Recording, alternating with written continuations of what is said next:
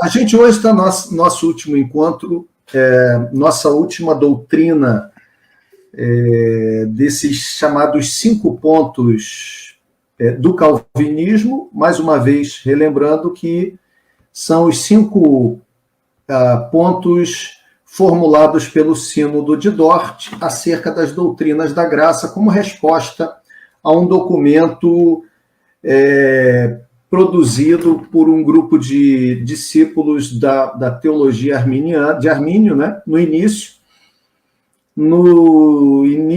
do século XX, 1910 a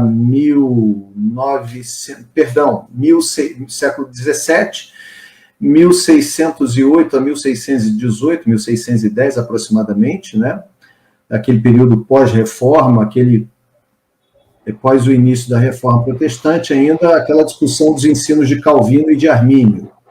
Bom, esse último tópico do acrônimo TULIP, que fala sobre a perseverança dos santos, afirma que os eleitos não estão apenas seguros para a eternidade, mas também que a prova da eleição deles e a evidência de sua segurança é a contínua obra de santificação no íntimo deles, que os leva a perseverar na vida cristã. Então, o Wayne Grudem, um teólogo muito conhecido, ele diz que, sobre essa doutrina, ele diz que a prova daquele que de fato nasceu de novo é que ele perseverará até o fim.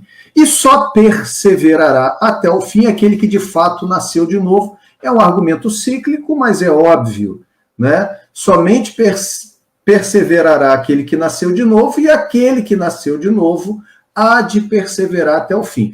A base dela, nós temos aí vários textos que vão apoiar, mas, assim, a base filosófica, o discurso que nos dá certeza absoluta, e ele não é filosófico, ele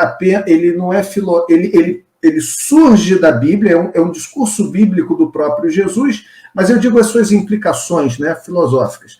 Estão no fato de que, se Cristo é aquele que nos salva, nossa garantia, a garantia de nossa perseverança está nesse fato, ou seja, a perseverança dos santos está na garantia do fato de que é Jesus quem salva esses santos, né? E o desdobramento lógico disso se Jesus salva, ele pode perder, sendo ele Deus, né? Natureza, o Deus homem de natureza hipostática, dupla natureza humana e divina, plenamente humano, plenamente divino, esse que é tido como a segunda pessoa, não em termos de valoração, mas apenas em termos de descrição, a segunda pessoa da Trindade é Deus, o Filho é Deus, o Redentor é Deus. Logo, se ele redime alguém, ele pode perder esse alguém. Há afirmativas bíblicas claras do próprio Jesus que diz que não, onde ele diz que não perde nenhum dos que lhe foram dados, senão o próprio filho da perdição, a fim de que se cumprissem as Escrituras. Logo, a premissa básica e filosófica desse princípio é que o santo perseverará e não se perderá, porque não foi ele que se encontrou, ele foi encontrado. Não é ele quem encontra o Salvador, senão ele é eleito e encontrado na história, no tempo e na história, em algum momento, pelo próprio Salvador e Redentor. Então, daí nós temos aí N textos bíblicos que nós podemos destacar sobre a perseverança dos santos. Nós temos aí Isaías 43, versos 1 a 3. Eu não destaquei nenhum hoje, mas se você julgar, Leclerc, que a gente tem tempo... eu acho que você pode ler um ou dois que você acha que são importantes, que são de fácil compreensão, texto aquele que o cara tem que guardar na cabeça, vale a pena. Uhum. Tá, vamos porque senão tem gente que vai dizer, não, tá vendo lá, tá escolhendo aqueles marcados. Vou pegar aqui aleatoriamente, vou pegar Isaías 43, vou pegar Isaías, deixa eu ver aqui, Isaías 43. Vai falando os textos que eu vou lendo para você, que é melhor, que aí vai adianta. Tá. Isaías 43, de 1 a 43, de 1 a 3. Isaías 43, de 1 a 3. Eu vou ler sempre na NVI, tá? Mas agora, assim diz o Senhor, aquele que o criou, ó Jacó, aquele que o formou, ó Israel. Não tema, pois eu o resgatei, o chamei pelo nome, você é meu. Quando atravessar as águas, eu estarei com você. Quando atravessar os rios, eles não o encobrirão. Quando andar através do fogo, não se queimará. As chamas não o deixarão em brasas. Pois eu, o Senhor, sou o Senhor, o seu Deus, o Santo de Israel, o seu Salvador. Dou o Egito como resgate por você e dou a Etiópia e Sebá em troca de você, visto que é precioso e honrado para mim. Eu amo e darei outros em seu lugar em troca da sua vida. Não tenha medo, pois eu estou com você. Tá bom até aqui. Eu acho que a gente pode pegar esse texto do ponto de vista de demonstrar claramente que há uma demonstração de que aquele que, você pegar o verso primeiro, não tema, eu o resgatei, eu o chamei pelo nome, você é meu. É a questão da possessão. Isso é uma coisa importante nas Escrituras, porque a gente passa a ser posse de Deus. Exatamente. Você tem que levar em consideração que esse pastor não perde a sua ovelha, essa viúva não perde a sua dracma, esse pai não perde o seu filho, né? Temos que levar em consideração isso. Nós não somos posse nossa, mas agora somos posse daquele que nos resgatou, ele nos comprou, então ele nos redimiu, agora nós pertencemos a ele. Vamos pegar Romanos 8, aí é covardia, né? Se pegar Romanos 8, vamos falar, não. Mas vamos pegar Romanos 8. Mas antes de eu ler Romanos 8, que eu estou abrindo aqui, a partir de qual versículo você quer? Pode ser o 29 e 30, tá aí, o 29 e 30. 8, Romanos 8, 29 e 30. Aqueles que de antemão conheceu, também os predestinou para serem conformes à imagem do seu Filho, a fim de que ele seja o primogênito entre muitos irmãos. E aos que predestinou, também chamou. Aos que chamou, também justificou. Aos que justificou, também glorificou. Olha aí, primeiro a gente já precisa parar por aí, porque aí a obra está completa. Aqueles que de antemão conheceu, os predestinou, eleição, para serem conformes à imagem de seu Filho, a fim de que ele seja o primogênito entre muitos irmãos. Santificação, né? Ele predestina, ele elege, mas ele elege com um objetivo também. E aos que predestinou, chamou. Então, a chamada eficaz, a graça irresistível. Aos que chamou, também justificou. Aos que justificou, ou seja, aplicou o mérito da obra de Cristo, também glorificou. Glorificação é o fim da linha. Glorificação é na parousia, novo corpo glorificado, unindo-se ao Espírito que já está na presença do Pai daqueles que morreram em Cristo. Logo, é uma obra completa. Exatamente. Você falou da posse no texto anterior. Eu estou olhando aqui para os slides, nem sei se tem, mas poderíamos lembrar do texto de Pedro, né? Vós sois nação santa, né? Raça eleita, sacerdócio real, povo de propriedade exclusiva de Deus, que é uma citação de Êxodo, né? Sim. Vocês são o meu tesouro entre as nações. Pertencem ao Senhor, né? Exatamente. E se a gente continuar esse texto de Romanos, né? Ele diz assim, que diremos, pois, diante dessas coisas? Se Deus é por nós, quem será contra nós? Aquele que não poupou seu próprio filho, mas o entregou por todos nós, como não nos dará juntamente com ele e de graça todas as coisas? Quem fará alguma acusação contra os escolhidos de Deus? É Deus quem os justifica.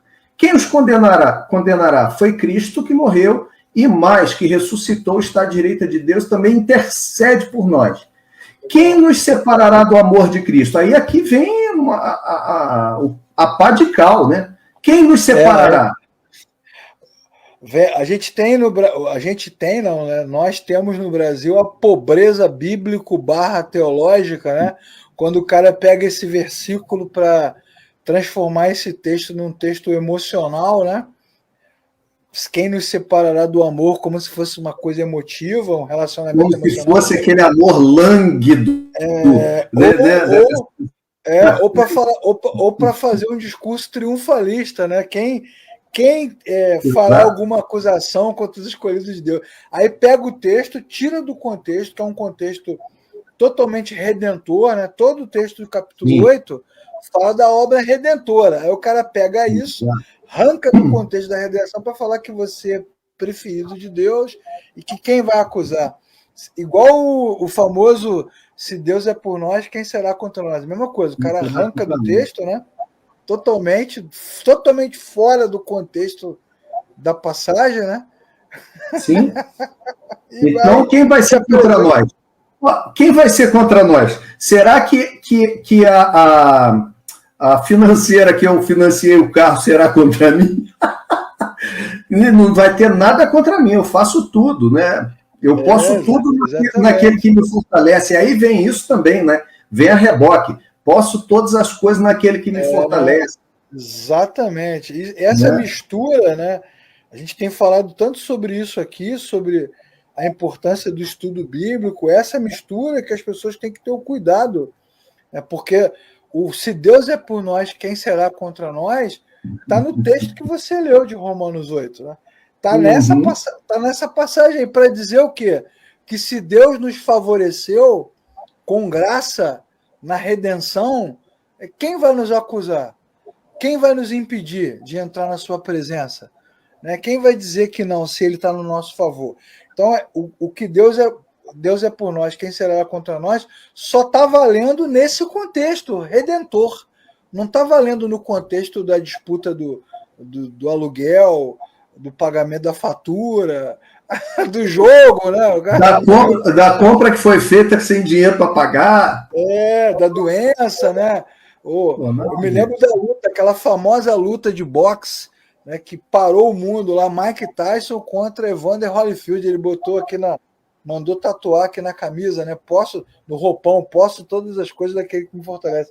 O mordeu um pedaço da orelha do Holyfield naquela luta. Foi. Não foi essa? Eu acho que foi nessa aí. É demais, acho que foi na segunda. Na primeira, não. Eu não lembro mais. Eu posso tudo, até comer a orelha do Holyfield. Agora, olha que coisa interessante. Romanos 8,35. Quem nos separará do amor de Cristo? Olha só a pergunta. Então, o que pressupõe isso aqui? Essa pergunta e a resposta. Será tribulação, angústia, ou perseguição, ou fome, nudez, ou perigo, espada? Ou seja, pressupõe, sobretudo, que o crente é aquele que vai experimentar tribulação, angústia, perseguição, fome, nudez, perigo, espada. Como qualquer outra pessoa do mundo. Não tem diferença entre o cristão e o resto do mundo. E às vezes até de forma mais intensa, quando isso é por causa da fé. Exatamente. Correto? Exatamente. Mas o que diz? Que nada disso é capaz de separar. Como está escrito, por amor de ti, enfrentamos a morte todos os dias, somos considerados como ovelhas destinadas ao matador. Mas em todas estas coisas somos mais que vencedores por causa da nosso poder, da nossa posição, nada disso. Por meio daquele que nos amou. E Paulo diz, porque estou convencido de que nem a morte, nem vida, nem anjo, nem demônio, nem o presente, nem futuro, nem quaisquer poderes, nem altura, nem profundidade, nem qualquer outra coisa na criação será capaz de nos separar do amor de Deus que está em Cristo Jesus, nosso Senhor. Logo, o mérito, mais uma vez, não é nosso, não é do crente, o mérito é de Deus, é do amor de Deus, é da justiça de Cristo. Então, essa obra aplicada ao coração, à vida do pecador, é que dá ao pecador a garantia, não é a sua própria...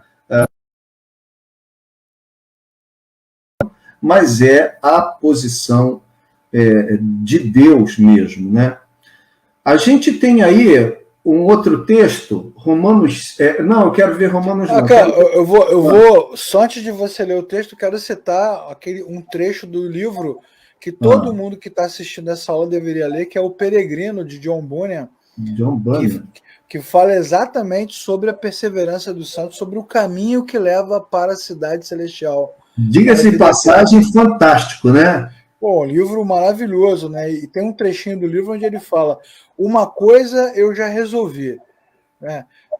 Vou correr enquanto possa. Quando não puder mais correr, caminharei devagar. E quando for não mais possível caminhar devagar, me arrastarei, porque o que é essencial é que Deus me ama, então estou decidido. A proposta da obra de John Bunyan, um clássico da literatura cristã, é exatamente mostrar que uma vez no caminho, basta seguir o caminho, não importa se você vai correndo, como diz o próprio apóstolo Paulo, né? O importante é você chegar no final. Isso até aí. o final da corrida no estádio, né? E receber o prêmio pela corrida que está garantido. É isso aí. É isso aí. E quem vai te levar, né? Vai levar você ao esforço, porque você vai fazer esforço, mas esse esforço, ele é aquele que realiza em você o querer e o efetuar, é o próprio Espírito Santo. Exatamente. Ele vai te levar, ele vai te conduzir. Você vai correr a corrida, você vai chegar, mas você vai ser imbuído dessa obra do Espírito em você. Eu queria citar só mais um. João 6, 35 a 40. João 35 a 40. João também é uma pá de cal, texto que é muito claro, muito evidente, não precisa ficar fazendo um trabalho muito difícil de interpretação, não. Jesus declarou: eu sou o pão da vida. Aquele que vem a mim nunca terá fome. Aquele que crê em mim nunca terá sede. Mas, como eu lhes disse, vocês me viram e ainda não creem. Todo que o Pai me der virá a mim, e quem vier a mim eu jamais rejeitarei.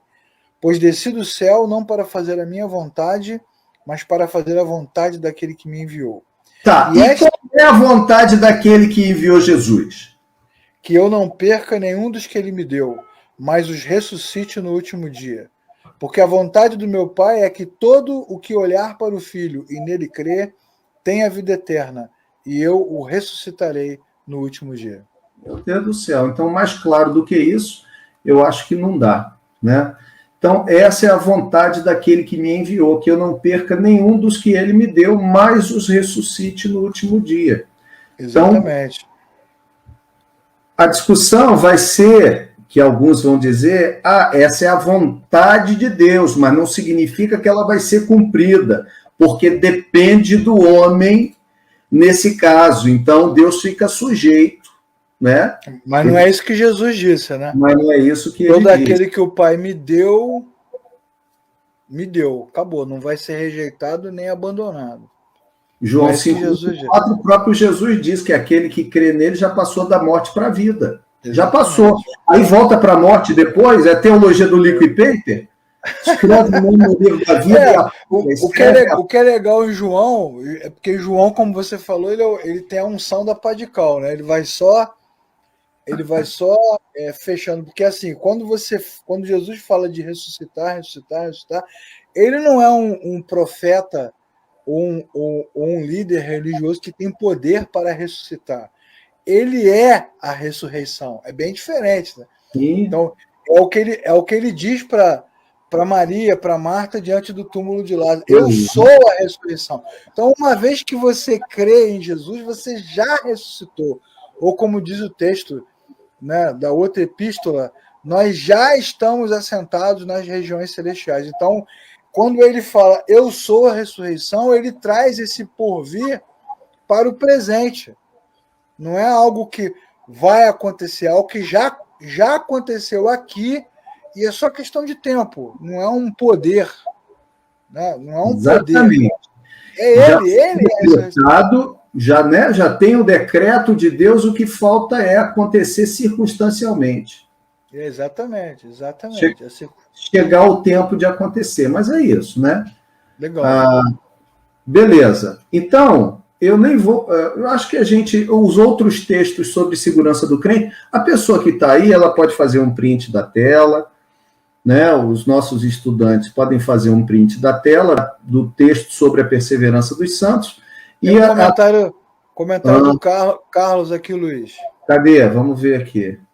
Fala, Carlos. Deixa eu ver. Infelizmente, muitos que não entendem a salvação pela graça acabam vivendo num desespero legalista. E quando o cara vê que não consegue seguir a lei, acaba entrando em parafuso.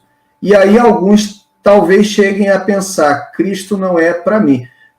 Seu comentário é pertinente, Carlos.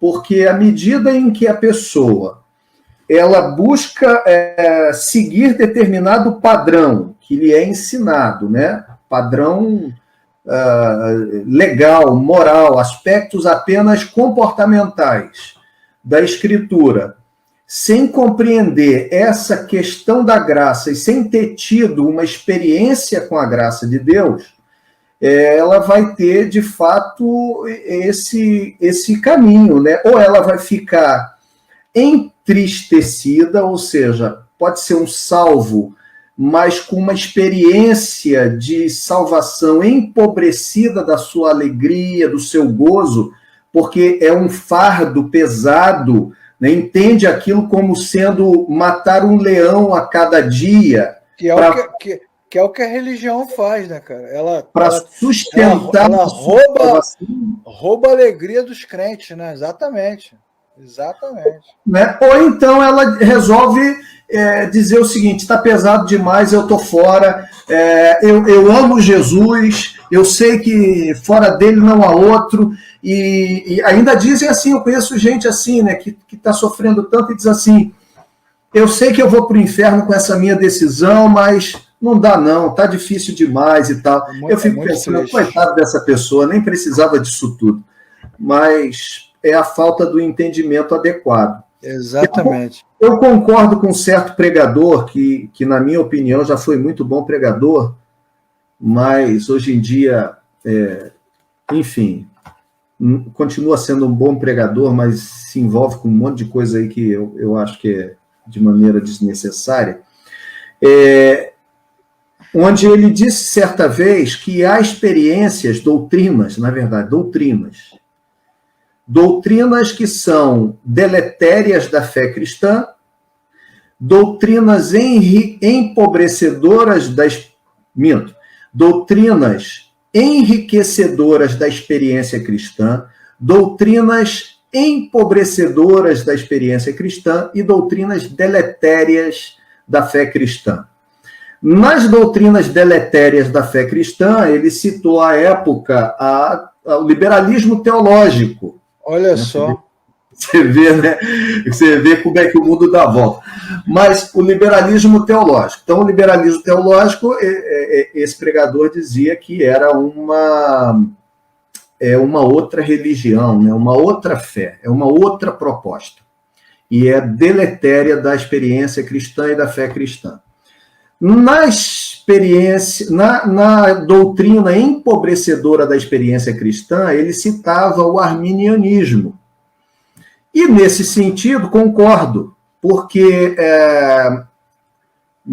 eu entendo que a teologia reformada é a visão adequada da interpretação das Escrituras. Então, do ponto de vista soteriológico, sobretudo. Então, a doutrina arminiana, do ponto de vista soteriológico, é empobrecedora da experiência cristã, porque o indivíduo é salvo, muitas vezes é aquele que é salvo, né, verdadeiramente, arminiano, salvo, às vezes não tem alegria na sua salvação se comparada com essa tensão de manter-se salvo. Exatamente.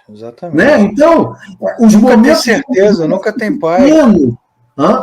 Ele nunca tem certeza, ele nunca tem paz. Ele nunca tem paz. Então, os momentos de alegria e gozo são pequenos em virtude de todo esse momento de angústia. Eu me lembro, certa vez, que eu estava dando uma aula na minha igreja anterior, né, de onde eu vim. Eu estava dando uma aula na escola bíblica, uma irmã chegou, uma irmãzinha que tinha experiência de conversão, uma irmã, mulher piedosa, rapaz, sofredora, gente boa demais, cristã. Você via ali, tinha todos os aspectos assim, que humanamente falando, você diria, é uma crente verdadeira, fiel. Ela chegou, tadinha, um dia desesperada na aula. E ela chegou atrasada e já chegou assim, esbaforida, uma turma que eu tinha lá, de 30 e tantos, 40 alunos. E aí ela já entrou triste, todo mundo, o que houve, minha irmã, e tal, não sei o quê. Ela começou a chorar, não aguentou, desabou. E aí nós paramos ali e fomos acudir. Irmã, o que houve com você? Eu estou muito entristecida porque eu tive consciência de que se eu morrer, eu quase fui atropelada, agora na hora que eu estava atravessando a pista para vir para a igreja, estava atrasada, saltei do ônibus e atravessei correndo e quase fui atropelada. E fora o susto, eu tive a consciência de que se eu morresse nesse momento, eu ia para o inferno. Tadinha. Aí eu perguntei, mas por quê? Rapaz, a mulher de alguns anos de caminhada cristã, batizada, orando pelo marido, o marido se converteu há uns anos atrás, o cara era um cara difícil, afastado plenamente de qualquer valor do evangelho, o cara ficou rendido aos pés de Cristo, a mulher ganhou a família dela para Jesus, mas estava lá, angustiada, desesperada, por quê? Se ela morresse atropelada naquele momento, ela ia para o inferno. Por quê? Porque ela teve uma desavença com uma determinada pessoa naquela semana e ainda não tinha se retratado com a pessoa. Então, como ela tinha pecado, ela sabia que ela estava no momento da salvação perdida. Caramba, olha só. Olha que doideira. E como é que você explica para essa pessoa que isso aí não tem nada a ver, que ela está vivendo uma outra coisa, porque ela ouviu falar de tudo isso? Que é o pior ainda, né? Diga-se passagem aqui, um parêntese só, Leclerc, que o pior de tudo não é o arminianismo em si. O pior de tudo é o arminianismo ainda deturpado. Isso é pior do que aquele brinquedo de segunda linha. É o brinquedo de segunda linha que vem de países que fazem o troço de qualquer jeito com qualquer produto. Então, a gente nem vai falar do assunto, porque não vale a pena, a gente teria que ter um outro momento para falar disso, mas o perdão, que é um ato de graça, né? É um ato de graça recebido pela graça e pode ser repartilhado, compartilhado também por graça, que deveria ser um ato de sublime demonstração da graça de Deus, da presença de Deus, do reflexo de Deus, também tem sido apresentado nas igrejas de todas as confissões como uma coisa opressiva, né? O cara, se você não perdoar, declara o perdão, decreta o perdão, libera o perdão. Se você não fizer, acabou tua vida, acabou tua salvação. Então, você vê que as pessoas, já abrindo aqui o parêntese diante da sua narrativa, elas nem perdoam por graça ou por entender que é um ato de graça, perdoam para não perder salvação. E aí, cara, é a maluquice total, né? É a maluquice total. É aquela ideia que se uma hora dessas alguém tirar todas as demandas do evangelho e as punições que a Escritura fala acerca de tudo, o que vai ter uma debandada geral do evangelho, porque vai ter gente que está tem gente que está ali só por causa do medo, cara. E isso é péssimo. Isso empobrece. Aí vem, onde eu concordo lá com o pregador, é uma experiência, uma doutrina empobrecedora da experiência cristã. E a doutrina enriquecedora da experiência cristã, na época ele ferrenho calvinista, era a teologia reformada, porque ele entendia, e eu também entendo, que ela proporciona uma compreensão adequada das Escrituras, sobretudo se a gente estiver falando aqui de soteriologia, e isso, de fato, faz com que a gente tenha a devida noção da graça que é de graça, mas não é barata, né? Então, verdade. assim, é uma graça que ela é recebida, ela é recebida pela fé, mas ela não foi barata, ela custou um preço alto. Então, nem se barateia. Aquele que foi de fato alcançado pela graça de Deus e tem a compreensão adequada da doutrina bíblica, ele não barateia a graça de Deus, mas também ele não é legalista e bota um preço nela.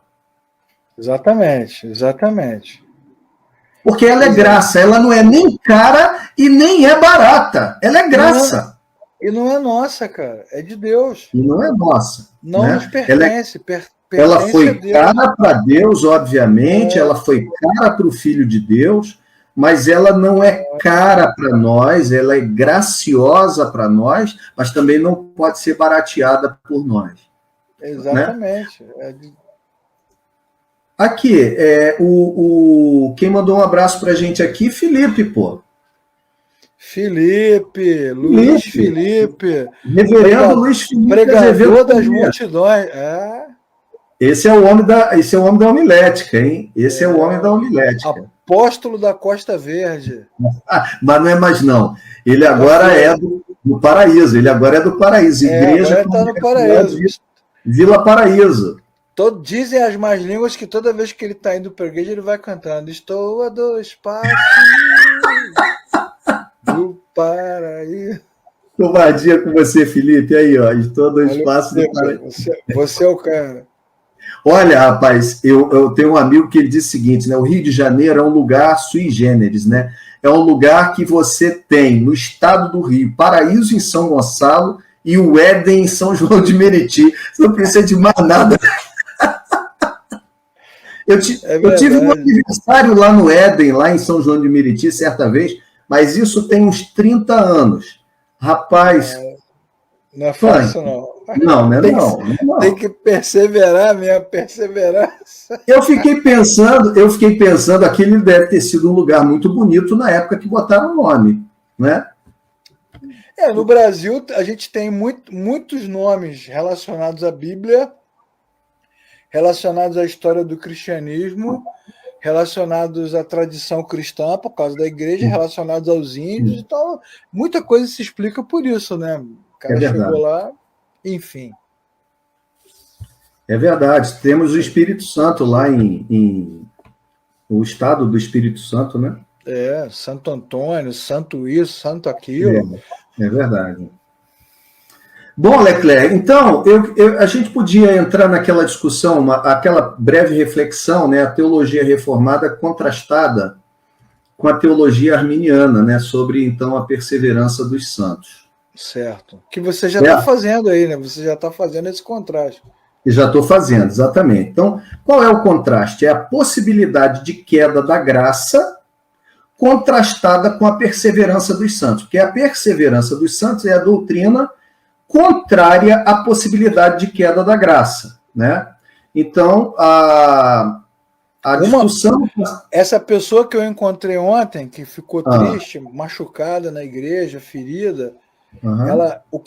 Ela falou para mim, o que mais me entristece não é o fato de eu estar fora da igreja, porque eu me aborreci e saí.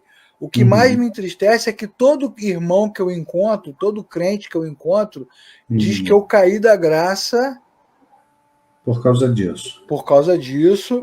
Para eu tomar cuidado, porque pode ser que eu perca a minha salvação. E isso me incomoda.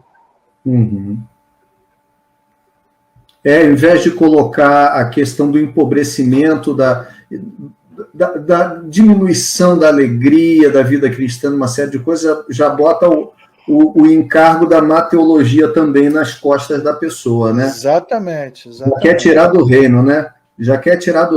Para essas pessoas, deveriam ouvir aquilo que Lutero dizia, né? Que existe salvação fora da igreja, só não existe salvação fora de Cristo. Né? Isso é importante. Bom, no arminianismo, a proposta, então, é que aqueles que creem e são verdadeiramente salvos podem perder sua salvação por não guardar a sua fé. Lembrando que essa não era a posição inicial dos remonstrantes, tá? Depois ela foi sendo aperfeiçoada, se a gente pode chamar isso de aperfeiçoamento, ela foi sendo aperfeiçoada para essa posição, né? Que o verdadeiro salvo pode perder a sua salvação por não guardar a sua fé. Então, como eu disse, né, nem todos os arminianos concordam com este ponto, alguns sustentam que os crentes estão eternamente seguros em Cristo, que o pecador, uma vez regenerado, nunca pode perder a sua salvação. Então, pergunto, isso é uma contradição? Que olha só... Eu, na minha pequena jornada de vida, de 30 anos de igreja, nunca vi um arminiano fazer essa afirmação, de que o homem não perde a salvação em Cristo. Todos os que eu conheci, de diferentes igrejas, afirmam categoricamente que se tu der mole, se você sair do culto sem esperar a bênção apostólica, perde a salvação. Tá, mas olha só, eu quero aqui primeiro já me defender dizendo o seguinte, para que eu vou citar aqui, tá? Eu não sou... Nem falou, já vai... Nem falei, já vou me defender. O que eu vou falar aqui, eu não sou grande conhecedor de causa doutrinária e nem estou levantando nada contra uma denominação que eu gosto muito até. Mas, por exemplo, eu conheço irmãos batistas, tá? Que dizem ser arminianos do ponto de vista soteriológico, com exceção desse ponto. Me explica isso. Eu não consigo entender. Eu não consigo entender como que, por exemplo, eu tenho irmãos, nós temos irmãos batistas, né? Eu acho que comumente a doutrina batista ela defende a perseverança dos santos, uma vez salvo, salvo para sempre. Salvo engano, é isso que acontece. Eu acho que isso está lá não sei se nas confissões de fé batista, mas, salvo engano, não somente aqueles que são reformados, não. Não há possibilidade de decair da graça, eles creem na perseverança dos santos, mas são arminianos em todos os outros pontos. Eu pergunto a você, Leclerc, aqui, você é um cara que tem rodagem aí, mais tempo de caminhada cristã, para mim é uma contradição. Porque percebe aquela história dos nossos pacotes? Como é que eu vou garantir, defender a minha salvação a partir do momento em que eu não acredito na eleição, eu não acredito na graça, na chamada eficaz, a graça irresistível, eu não acredito na redenção particular, porque percebe, a redenção, a diferença da redenção particular, basicamente, é aquilo que a gente falou lá no passado, ou seja, Cristo não morre por todos, abrindo a possibilidade para todos e não garantindo a salvação de ninguém. Cristo morre pelos eleitos de forma eficaz e garante a salvação desses. Então, aí tudo bem, se você me diz isso, eu concordo com a perseverança dos santos. Mas se você abre a salvação não garantindo a salvação de ninguém, como é que o indivíduo, então, pode ser arminiano de 4 pontos e no último ponto ele é reformado? Para mim, isso é uma contradição. É verdade, não tem condição. Com relação à Igreja Batista, que você citou, ela sempre foi meio híbrida, né?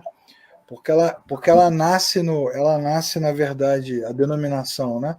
Ela nasce no século XVII, praticamente, com uma doutrina que é arminiana, só que não é um arminianismo que a gente tem hoje, né? Há historiadores que afirmam que os batistas começaram, inclusive, crendo na expiação geral, né? Na expiação ilimitada. E com o tempo eles foram se modificando, principalmente porque eles passaram a se relacionar com cristãos de outras denominações, porque eles tinham também aquela questão da endogamia. Você já leu sobre isso, né? Uhum. Batista só casa com batista, né? Uhum. Só casa com membros da igreja local, inclusive, né? Uhum. Então eles têm essa... E hoje você tem uma mistura, né? Então você tem igrejas que têm linha arminiana, e tem igrejas que têm linha reformada. Hoje você já tem uma mistura grande. Nós conhecemos, né, temos amigos aí até bastante proeminentes, batistas, de linha reformada, que não tem problema, assim, em termos de contradição teológica. Mas eu tenho irmãos de algumas igrejas batistas, nós temos irmãos, né, são irmãos nossos em Cristo, mas que eu já tive a oportunidade de conversar com eles, e até hoje a explicação é a seguinte: não existe eleição, não existe graça irresistível, Cristo morreu por todos de igual maneira, não garantindo a salvação de ninguém. Qual é o quarto ponto que nós vimos? A depravação total é um misto de verdade. Alguns, às vezes, não sabem definir, uns dizem que creem na depravação total, outros não, mas também não são arminianos clássicos e tal. Agora, assim, aqueles que me explicam, eles dizem o seguinte: mas uma vez tendo sido alcançados por essa graça, aí já passa a valer aquilo que Cristo pegou e não solta mais, né? É o peixe que veio e foi fisgado pela sua própria vontade, mas uma vez fisgado, ele não volta mais. Mas eu ainda acho, às vezes, isso uma contradição, porque não há nada que faça garantia disso a partir do momento que você não leva em consideração que foi o Pai que deu, que você não leva em consideração uma série de outros aspectos, né? Então, eu coloquei isso aqui porque, inclusive, quando a gente trabalhou esse curso com irmãos que foi interdenominacional, né? Eu queria até provocar mesmo essa discussão com alguns irmãos do segmento batista mesmo, para poder saber. Mas eles têm essa dificuldade, né? Eles mesmo têm essa dificuldade. Eu acho que é uma incongruência, né? Acho que é uma incongruência, mas eu posso estar errado, e aqui eu também não tenho grande conhecimento de todo o arcabouço da doutrina batista, né? Exatamente. Né? Então, por isso eu já me defendi antes. Então, avancemos. O calvinismo, entretanto... Rapaz, eu quando era garoto aprendi que Spurgeon era assembleano e pentecostal. É sério, cara? Sério, cara, sério. É mesmo? Porque, como nós já falamos aqui várias vezes e indicamos livros aqui para mostrar aos irmãos a importância da leitura, todo mundo constrói sua própria narrativa, né? Então, é o que interessa construir. E, infelizmente, como os nossos amigos e irmãos estudam pouco, leem pouco, você acaba tendo essas doutrinas com esses combos meio Frankensteins aí montados, porque os caras não sabem nem de onde vem a doutrina, né, da sua origem. É como acontece com, por exemplo, com a missão integral, né? O cara, ele ouve o passarinho cantar, não sabe de onde veio aquele negócio, como tem acontecido também com muitos cristãos com relação ao adventismo do sétimo dia. Mesma coisa. Eles ouvem o passarinho cantar, assistem os programas de TV e não sabem...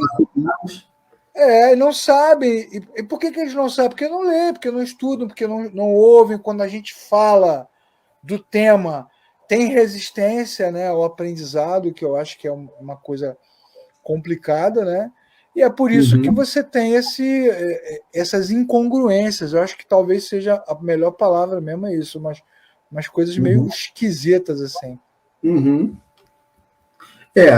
O calvinismo, entretanto, ele diz assim, né, a teologia reformada: todos aqueles que são escolhidos por Deus e a quem o Espírito Santo concedeu a fé são eternamente salvos, são mantidos na fé pelo poder do Deus Todo-Poderoso e nela perseveram até o fim. Então, por favor,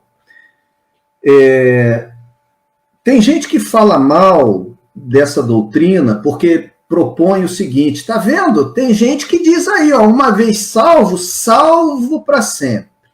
Sempre naquela perspectiva de que a salvação é uma decisão e uma transformação moral do indivíduo. E aí, como ele tomou aquela decisão e entregou a vida a Jesus, então Deus agora está obrigado a levá-lo para o céu até o final, que essa doutrina diz isso, né? Então Deus está obrigado pela doutrina a fazer isso, e não a doutrina é consequência daquilo que Deus falou. Aí já entendem o troço de trás para frente. De trás para frente, né?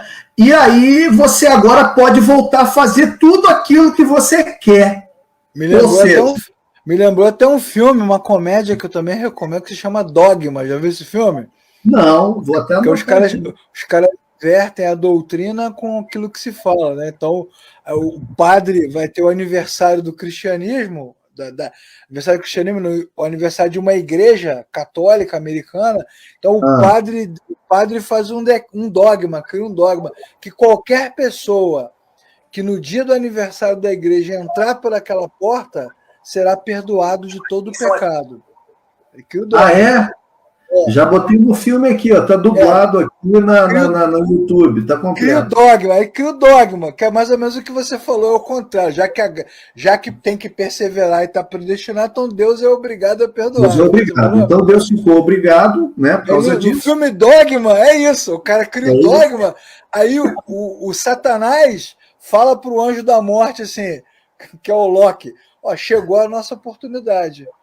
Porque agora Deus vai ter que nos perdoar. Aí o filme é o diabo e o anjo da morte tentando entrar na igreja para receber o perdão, e os outros anjos dizendo, montando uma equipe para impedir que isso aconteça. Porque se acontecer isso, o mundo vai acabar o universo. Mas já... Tá obrigado, Deus está obrigado a fazer. Deus está obrigado a fazer. Ficou muito divertido. Então, você vê, né, cara, é exatamente isso.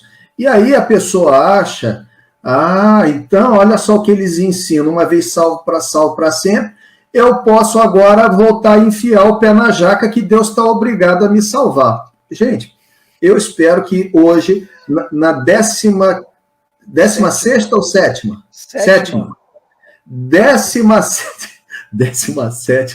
17ª aula, você já tenha percebido que a gente fala sempre sobre isso, que não é essa a proposta da doutrina bíblica, há uma relação de causa e efeito. Exatamente. Há uma relação... É o contrário. Exato. De Quanto que aquele mais regenerado, mais o cara quer ficar perto de Deus. É o contrário. Quer ficar perto de Deus, é o contrário. Então, eles são mantidos na fé pelo poder de Deus Todo-Poderoso e nela perseveram. Nela onde? Na fé. Então, se o indivíduo está ali chutando o pau da barraca, conscientemente, feliz da vida, feliz da vida porque ele está com uma promissória assinada por Deus que vai ter que botar ele para dentro do céu.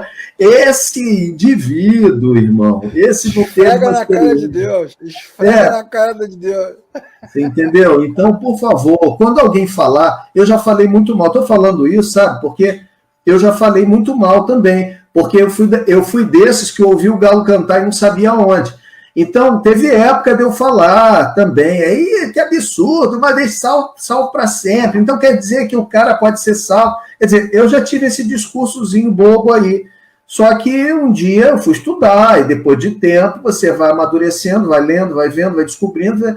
E eu pedi muito perdão a Deus daquela besteira que eu falei e ensinei. Vou te contar um outro caos, né? Esses causos são ótimos. A gente dando aula num curso e tal, aí um cara se levanta no meio do curso, quando a gente abre lá para perguntas, o cara se levanta para falar mal desta doutrina, o absurdo que o calvinismo, tal, o calvinismo. Aí eu perguntei para ele, você leu Calvino?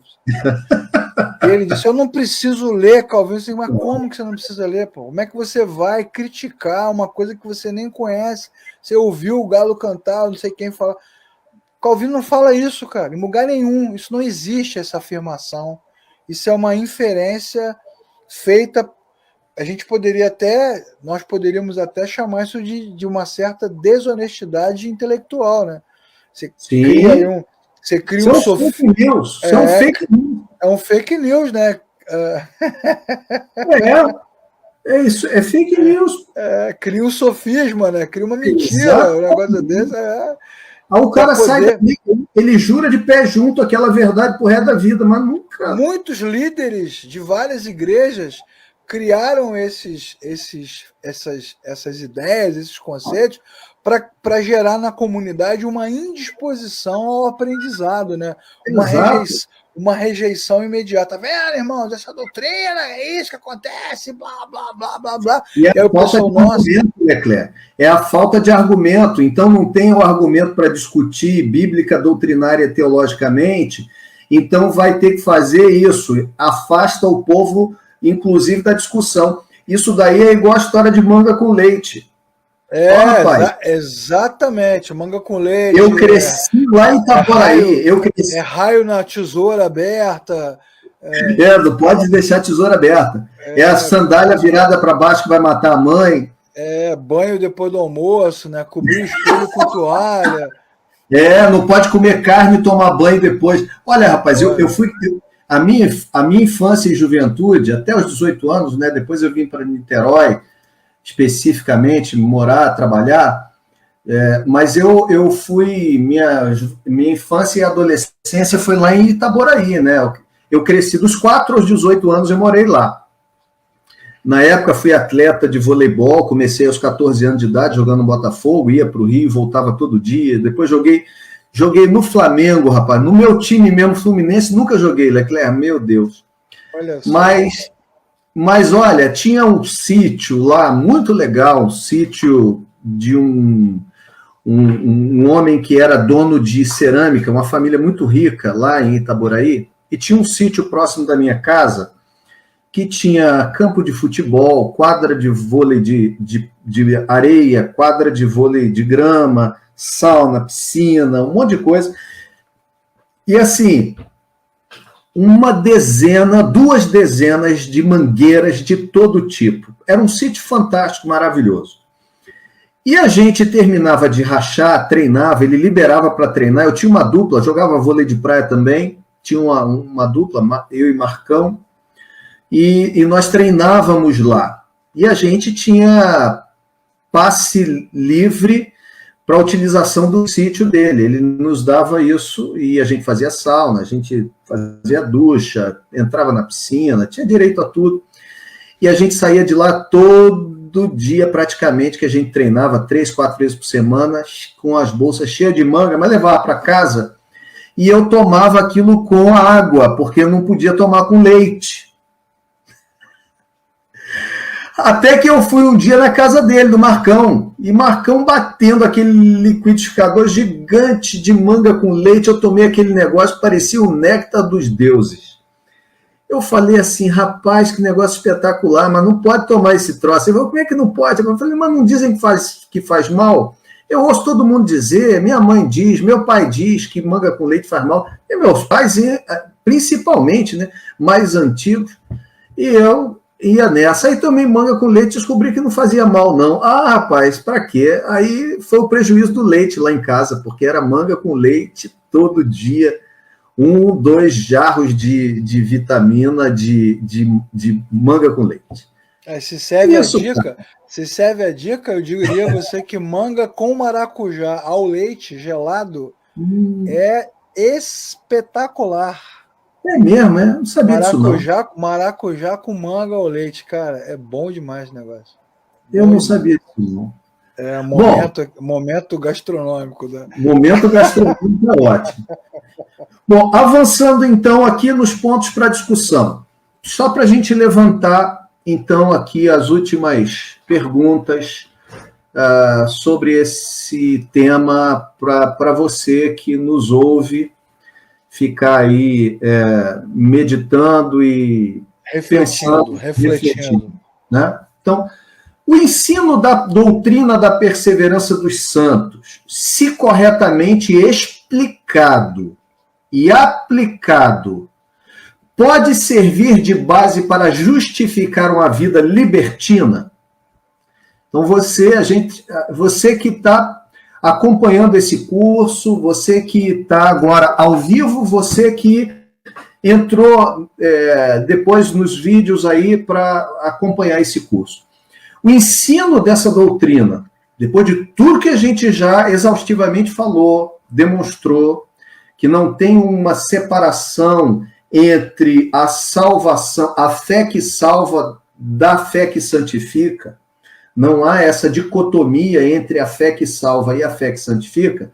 Então, o ensino dessa doutrina, né, da perseverança dos santos, se corretamente explicado, e não com aquele discursozinho, uma vez salvo para sempre, você pode fazer tudo o que quiser que Deus está obrigado a te salvar. E aplicado, pode servir de base para justificar uma vida libertina? Eu não vou acreditar nisso não, porque se eu acreditar nisso, eu vou cair numa vida libertina, porque Deus então está obrigado a me salvar? Eu posso fazer tudo o que eu quiser? Você acha que serve como base para justificar isso? Então, esse é um ponto para discussão. Né? Um ponto para reflexão. Fica a reflexão aí para você responder. Segundo, um evangelismo deficiente por causa de doutrina errada, que tem produzido frutos imperfeitos, não é acompanhado obrigatoriamente por uma doutrina da perseverança fraca e imperfeita. Um evangelismo deficiente por causa de doutrina errada, que tem produzido frutos imperfeitos, não é acompanhado obrigatoriamente por uma doutrina de perseverança fraca e imperfeita. O que isso significa? Então, um evangelismo deficiente por causa de doutrina errada, que produz frutos imperfeitos. Ou seja, a pessoa que vem para Cristo, mas a ela não é ensinada a relação de causa e efeito. A relação entre o novo nascimento e o fruto do novo nascimento, ou os frutos de uma fé genuína. Será que não pode formar, por exemplo, essa doutrina de perseverança fraca e imperfeita, ou seja, não pode demonstrar simplesmente que, ao invés de ficar passando a mão em cabeça de gente que não nasceu de novo, talvez não deveríamos confrontar pessoas com uma decisão real por Cristo? Porque o pior perdido é aquele que acha que está salvo. O pior perdido, meu irmão, não é aquele que está fora da igreja, fora do reino, fora de Cristo, vivendo detonado, aonde tiver. O cara está lá no satanismo, o cara está na magia negra, o cara está na pior coisa que for, fazendo no mais baixo nível moral possível e espiritual. Esse daí, que está no lado errado, que sabe que está perdido, ele tem um ponto de comparação evidente. Agora, aquele que acha que está arrumadinho, tudo certinho, vivendo uma vida religiosa, dentro, às vezes, da igreja, tendo tendo atitudes perfeitas do ponto de vista cristão, ou seja, o indivíduo é cristianizado, ele não nasceu de novo, ele apenas recebeu uma roupagem cristã para a sua vida. Exatamente. E ele não deveria ser confrontado, se entendida corretamente a perseverança dos santos, não deveria... Ele é cristianizado de forma moral, né? Ele não tem um encontro com Cristo. Não, ele não é evangelizado, né? Ele é cristianizado. Precisamos falar sobre a metodologia de evangelismo durante décadas, né? Firmada em acusações e no famoso apelo, né? Vem correndo, sai do seu lugar, vem correndo. Então você tem uma pregação ineficaz, ela não é cristocêntrica, não há um novo nascimento genuíno, então, obviamente, o resultado disso tem que ser uma perseverança frágil, né? Porque a qualquer sinal de fragilidade, e é importante que se diga que a palavra de Deus é boa. O que vai nos lembrar é que o problema não está na Bíblia, mas no método, o que também vai nos levar para a parábola da semente, né? Que a semente é boa, jogada em todo tipo de solo. Então, nos corações, né, corações não regenerados, a palavra ou é levada embora, ou se seca. Exatamente. Aí o pior é que na prática das vezes da igreja, Leclerc, fica se tratando pessoas não regeneradas ou cuja semente já foi roubada pelas aves, já foi sufocada como regenerado. E aí a culpa é da doutrina, a culpa é da Bíblia. Ou seja, questiona-se a doutrina bíblica e não questiona-se a conversão. E aí, o que eu acho interessante é o seguinte, você vê que essa teologia mal compreendida, ela também vai, e mal ensinada, mal aplicada, ela vai ter desdobramentos eclesiológicos. Porque você vai pegar, por exemplo, aí, métodos de evangelismo. Se eu não entendo uma relação que há de que nem todo mundo que levanta a mão, de fato, é alguém, pode ser potencialmente um cristão ou não, mas se eu acho que levantou a mão, decidiu-se por Cristo, faz parte do reino, apenas por um assentimento intelectual e uma decisão externa, sem uma obra do Espírito que eu não sou capaz de ver, mas eu me iludo apenas pelo exterior, naquilo que eu vi, eu recebo essa pessoa lá na igreja, daqui a pouco, essa pessoa, ela desempenhando um bom papel, demonstrando estar junto, etc. e tal, ela pode galgar até um cargo de liderança, um dia ela fica possessa. Aí eu vou ter que pegar minha Bíblia e reinterpretar e procurar um texto aonde que o crente fica endemoniado, porque aquele irmão que eu jurava que era crente ficou endemoniado. Então, será que eu não deveria ter questionado? Chama o Peter Wagner. Será que eu não deveria ter questionado a conversão ao invés de questionar? Chama a Neuza e Tiago. Mas é isso, porque em vez de você ensinar a Bíblia corretamente, é melhor deixar essas brechas, né? Porque essas brechas teológicas, doutrinárias e metodológicas também dão margem para esse tipo de coisa que a gente está falando agora. Batalha espiritual, maldição hereditária, não sei, porque você vai ter que achar na Bíblia ou na teologia um caminho que justifique o cara estar possesso, que é uma coisa injustificável. Mas aí você vai ter que encontrar, exatamente. Perfeito, exatamente isso. Bom, então você vê as implicações de uma má doutrina, né, cara? Você vai vendo como... Terceiro, se temos um conceito superficial sobre a salvação e pressionamos com rapidez e ardor as pessoas a fazerem uma profissão de fé, olha essa, deixando de instruí-las nas coisas essenciais da verdadeira salvação, não as estamos induzindo a acreditar que estão verdadeiramente salvas, ainda que caiam pelo caminho e não perseverem? Exatamente. Quer dizer, é a complementação de tudo isso que a gente está falando. Esse é o meu ponto de discussão com o Marco Cícola, do Evangelho Negociável, quando eu sempre digo para ele, Marco, a culpa é da liderança, cara. Porque a liderança, uma vez se apresentando como liderança, ela deveria deixar claro a consequência da não regeneração, do não novo nascimento. Mas exatamente. É a liderança que induz as pessoas a... Aí ele tem o contra-argumento, que as pessoas, às vezes, também são preguiçosas, não estudam, não leem, se submetem. É verdade, é tudo verdade, mas, para mim, a grande culpa de toda essa maluquice é da liderança. É da liderança.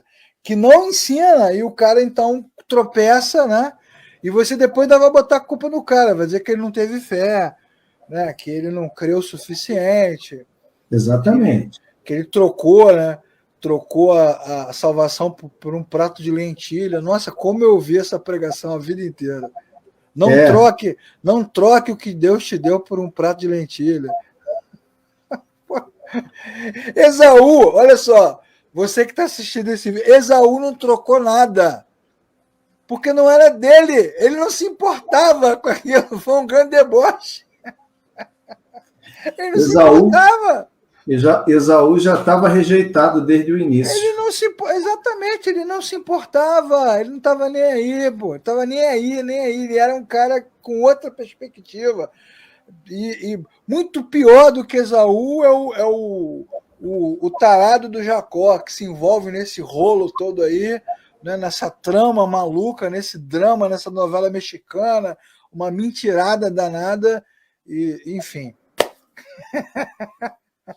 Pois é. Viva a graça! Viva a graça de Deus! Outro aspecto, outro ponto aqui, então. Se entendermos corretamente a salvação, incluindo a perseverança, né, não temos de mudar nossas práticas evangelísticas e ser forçados a confrontar essas pessoas com as evidências de sua falta de verdadeira salvação? Exatamente. Então, pontos para reflexão. Mais um. Não seria difícil fazermos isto porque muitos deles são nossos queridos amigos e parentes achegados a quem já asseguramos de que possuem a eterna salvação quando utilizamos um falso entendimento da segurança eterna? Aí volta naquele assunto do leito de hospital, né, Luiz? Eu fui lá, falei com a minha vovó no último minuto. No último minuto. Então pode ser que ela tenha se convertido? Pode. Pode. Pode ser que não? Também você pode. sabe, né, Luiz? A gente já participou de muitos sepultamentos, né? E em momento nenhum se coloca em xeque, se afirma categoricamente. Está no céu, está na eternidade, está no Claro. É claro. Enfim. Né? Outro ponto. Podemos admitir nossa própria doutrina errada? Então, se a gente tiver, se você está ouvindo, chegou a essa conclusão, eu acho que tem muitos pontos aí que fragilizam o conceito que eu tinha anteriormente. Será que você é capaz de admitir isso? Podemos admitir nossas falsas práticas de evangelismo? Puxa vida, sempre fiz o troço errado, porque sempre fiz evangelismo buscando atitude externa, e aí fazia o que o pessoal chama de evangelástico, né? Quantas pessoas entregaram a vida a Jesus? Foram 250. Quantas pessoas estão no caminho? Tem ninguém no caminho. Os congressos de jovens, né? Os grandes congressos evangelísticos. Quando eu era garoto, eu fui muitas vezes, infelizmente, a São Januário, né? Tem que confessar. Você era vascaíno, cara? Não, porque era lá que se faziam as cruzadas evangelísticas. Você falou que tem que confessar, né? E aí sempre tem aquele apelo, vai aquela multidão à frente e tal. E onde estão eles? Por onde eles andam? Do que se alimentam? Como se reproduzem? Exatamente. Podemos admitir outro aspecto, outra pergunta para discussão ou para reflexão. Podemos admitir que nossos amigos e queridos ainda não escaparam da ira vindoura, pois somente fizeram a confissão de fé que é indigna e não manifestam perseverança? Pois é. Né? E a gente, pior, continua dando segurança a quem deveria ter angústia. Exatamente. Não é isso? E isso é muito comum. Essa tristeza de Deus opera a salvação, né? Essa é muito comum nas relações de amizade, né? Você vê que a pessoa está perdida, vem o outro, essa pessoa, você é uma bênção. Você é uma bênção. Você é um vaso. Cara, e esse discurso... doentio, né? Esse discurso de hoje em dia que coloca isso para todo mundo, desses grandes pregadores que existem aí tem um vídeo no Instagram do cara fala, né? O cara pega aquele texto onde Deus fala, Jesus está lá trabalhando, pregando, daqui a pouco vem a voz, né? Tu és o meu filho amado. O cara pega esta frase e depois transforma numa pregação para dizer isso que Deus está dizendo para você hoje. De você, isso é de você. Você e Jesus estão assim, ó. Ele falou a mesma coisa para um cara aí há 2000 anos atrás. Mas essa é a pregação, Leclerc. Nada contra os meninos bonitos, mas dos meninos bonitinhos que pregam sentados naqueles banquinhos altos e tal. Tudo né? Exatamente. E fala aquelas coisas doces, maravilhosas, mas, ó, sinceramente, isso é a verdade, né? És o meu filho amado, em quem me comprazo. Olha, Deus está dizendo isso para você. Gente, isso é uma calúnia, isso é um anátema, isso é uma blasfêmia. Isso foi dito por Jesus Cristo. Ele é o filho amado, em quem Deus tem prazer. Agora, em nós pecadores redimidos. No dia do batismo de Jesus, né? No momento da confirmação dele, que está sendo marcado, né? Que você vai começar agora a trajetória do Messias em direção à cruz. E aí Deus vai lá dar um carimbo público e depois Jesus fala assim: o Pai testemunha de mim. Aí o cara pega essa frase que é escatológica, eterna e diminui ela, reduz a nada, né? Não, Deus está falando de você. E assim, faz nesse momento que a gente vive, né? De falta de empatia, de falta de significado. A pessoa chora, assume aquilo para ela e diz: isso aí, eu sou isso aí. Aí esse mesmo cara vai na internet para dizer: se Deus soubesse de tudo, não haveria pandemia, não haveria tantos mortos. Então há uma distorção do texto bíblico em nome de uma falsa liderança, de uma falsa pregação, como diria o Paulo Romero, né? Um falso evangelho, de um falso Cristo, para uma falsa salvação. Pois é exatamente isso. Então, outro ponto, essa doutrina não deve produzir uma grande influência em nossos métodos de receber novos membros na igreja local, rapaz, de certa forma, impedindo-a de tornar-se apenas uma multidão de pessoas. Tem muita gente que diz, né, que a porta da igreja deveria ser estreita para entrar e larga para sair. E né? Tem gente que diz que é o contrário, né? É o contrário, né? Exatamente isso. Antes de você aceitar o cara como membro, deveria testificar se ele realmente nasceu de novo. Exato. Mas não, ela é uma grande porta, né, para entrada de dezenas de pessoas. E hoje já não tem mais nem porta, né? Hoje já não tem mais nem porta, não tem parede, porque também hoje, como diz lá Jorge Barna, a igreja cresce pelo remanejamento dos crentes, né? É onde tem o movimento. Então, não tem porta nem parede. A multidão, é igual o gafanhoto, entra por aqui, aí tem um negócio, aí vai aquela revoada para o lado de lá e por aí vai. Né? É verdade. Porque o ser igreja não é mais comunitário, né? Sou eu, né? Eu sou a igreja, você é a igreja. Igreja somos nós, né? Essa pessoa que eu visitei ontem, que estava muito triste, teve uma hora que ela falou assim: mas eu sei que isso não tem nada a ver, porque a igreja somos nós. Eu falei: não, a igreja não somos nós, a igreja é uma comunidade. Os crentes somos nós somos os crentes. Você não faz uma comunidade de crentes sem crente. Mas Exato. Nós não somos a igreja é uma comunidade. E Cristo morreu pela igreja. Gostando você ou não dessa realidade, Cristo morreu pela comunidade, não pelo indivíduo. A gente é que recebeu de Deus a graça de fazer parte, porque nós fomos enxertados, né? Não foi uma decisão. Nem citamos isso, né? Nem citamos a parábola da videira, né? Vai ser calvinista, assim lá não sei. Falando... É isso aí. Nem falamos dela, exatamente. Bom, então, terminando, Leclerc, conclusão sumário das duas posições. De acordo... Cadê? Você achou aí? Isso, sumário das duas posições. De acordo com o arminianismo. Então, a salvação é realizada através da combinação de esforços. Aqui é um sumário de todas as doutrinas que nós vimos, tá, irmãos? Então, de acordo com o arminianismo, a salvação é realizada através da combinação de esforços de Deus, que toma a iniciativa, e do homem, que deve responder a essa iniciativa.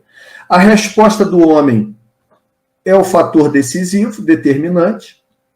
Deus tem providenciado salvação para todos, mas sua provisão só se torna eficaz para aqueles que, de sua própria e livre vontade, escolhem cooperar com ele e aceitar sua oferta de graça.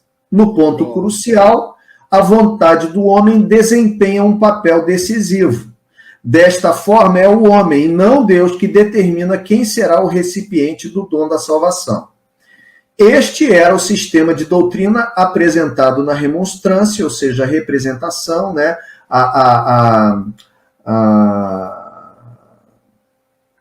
Meu Deus do céu, qual era a expressão que significava no holandês? Era o protesto, né? Protesto. Remonstrante é o protesto, representação dos arminianos e rejeitado, tá? pelo Sínodo de Dort em 1619 por não ser considerado bíblico. Exatamente. E o ponto seguinte, então, é de acordo com o calvinismo ou a teologia reformada. Eu estou usando calvinismo porque foi... É assim a base, né? É a base da teologia reformada, não tem problema, não. Exatamente. Então, de acordo com o calvinismo, a posição soteriológica, né, que são esses 5 aspectos, 5 pontos, a salvação é realizada pelo infinito poder do Deus triuno. O Pai escolheu um povo, o Filho morreu por ele, ou seja, por esse povo, e o Espírito Santo torna a morte de Cristo eficaz para trazer os eleitos à fé e ao arrependimento.